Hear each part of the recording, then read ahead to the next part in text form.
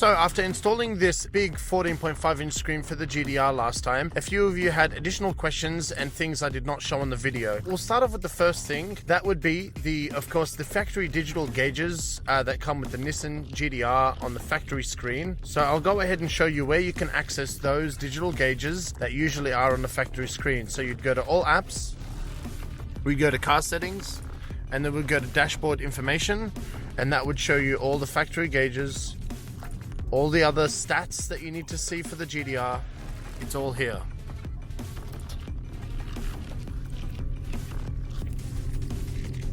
All your factory buttons here and scrolls, switches still work. The upgraded knob controller and buttons for the AC is still there. So it's the new version that comes with the screen. Obviously we need to turn on the fan first. As you can see there, the fan works, all the AC information, changing the temperature. As you can see, and then turning it off works, AC works. And if you want to bring up the full AC menu, just tap anywhere there and you can see different modes, different sections, fan, turn off, temperature, everything else is there. Then we have, of course, the volume control, that works as well. Seek track works, answering buttons on some cars and some vehicles and models.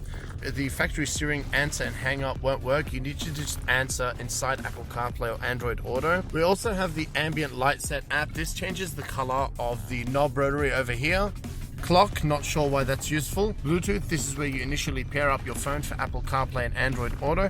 Camera, the camera app, so you can see the reverse camera without engaging into reverse with the transmission. On the car settings app, you can see other things like fuel information, car settings, specific car settings. Not all vehicles will use this page. This is for the interior lighting. When you turn off the vehicle, there's a certain delay. You can also change the key fob unlocking outside of the Nissan or Infiniti vehicles. You have the one press button which unlocks the vehicle. You have the TPMS info, which is the tire pressure readings. Amp info, only for some vehicles with factory BOSE, may work with this. Headrest settings, so this is for vehicles with factory rear screens. Digital gauges, for other vehicles you'd see other information on this page. Let's go back to all apps. Over here you can see Apple CarPlay and Android Auto app. So once you turn this on, just connect to this Bluetooth here, and then you can go ahead and power up Apple CarPlay or Android Auto. DSP, onboard digital equalizer for changing your audio frequencies.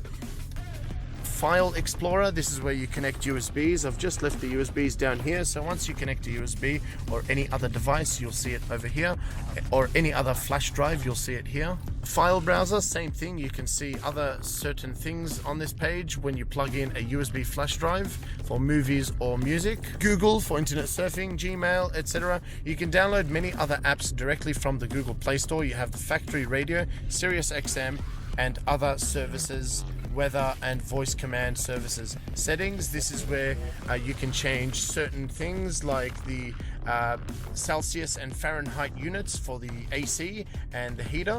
You have the time, language of the unit, so you can select many different languages. And then you have the system settings, setting guide, where you can turn on dynamic guidelines when you turn the steering wheel.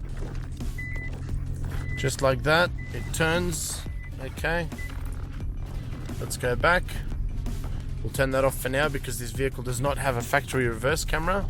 Factory amp, you must turn this setting on if you want to use the factory BOSE amplifier. Do not access this setting here. It's already pre-recorded and preset by Nifty City. You do not need to change or program anything on the unit. Let me try that again, shall we? Oh my god. I can't grab it. Let's leave it on. Hey. What's going on?